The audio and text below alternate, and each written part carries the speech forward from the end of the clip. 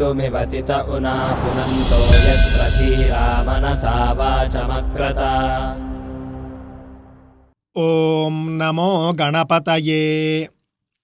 6 మాసాలకు పూర్వం అనుకుంటాను చంద్రయాన్-3 అనేటటువంటి ప్రయోగం విజయవంతమయ్యి ఒక ఉపగ్రహం విజయవంతంగా చంద్రుడి మీద దిగింది. ఇది భారతదేశం సాధించినటువంటి విజయం. దేశమంతా కూడా సంబరాలు చేసుకున్నది.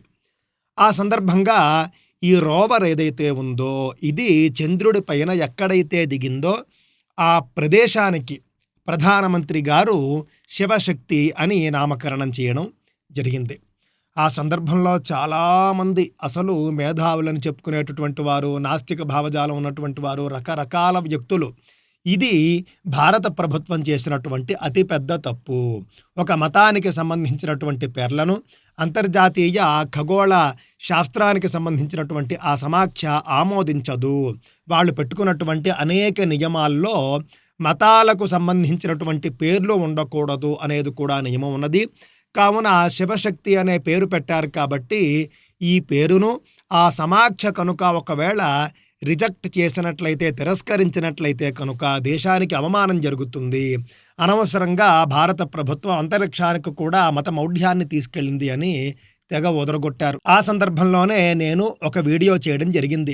ఇది చాలా తప్పుడు అభిప్రాయము. శివశక్తి అనేటటువంటి పదము శివుడు, అమ్మవారు, శివుడి చేతిలో త్రిశూలము, అమ్మవారి చేతిలో ఉన్నటువంటి ఆ యొక్క ఇక్షుదండము, ఈ విధంగా ఎవరూ కూడా భావించి పేర్లు పెట్టరు. శివ అనే శబ్దానికి మంగళములు, శుభములు అనేటటువంటి అర్థము.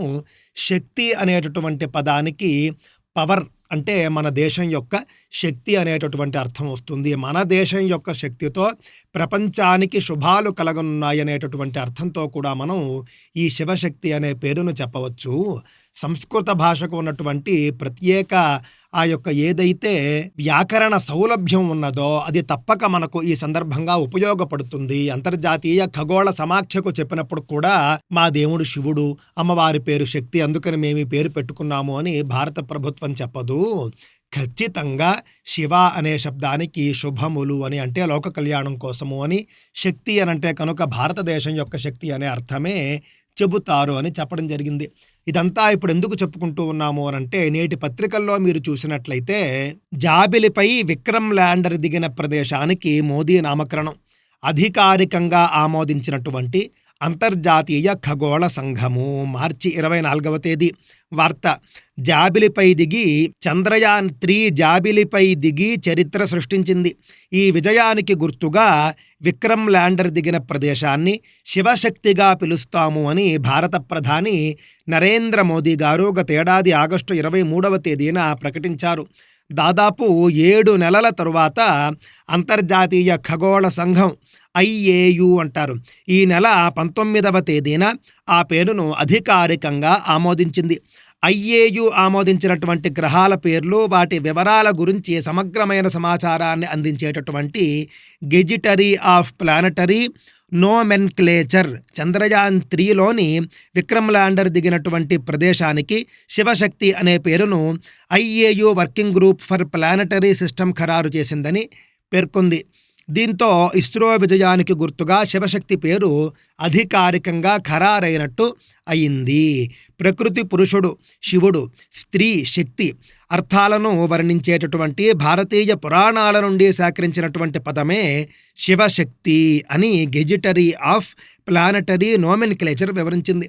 కాగా అంతరిక్షంలో భారత ఆధిపత్యం కేవలం చంద్రయాన్-3కే పరిమితం కాలేదని ఖగోళ శాస్త్రవేత్తలు శివశక్తి అనే పేర్లతో పాలపుంతలోని 2 పురాతన నక్షత్రాల సమూహాలను కూడా గుర్తించారు అని పలువురు కీర్తిస్తూ ఉన్నారు.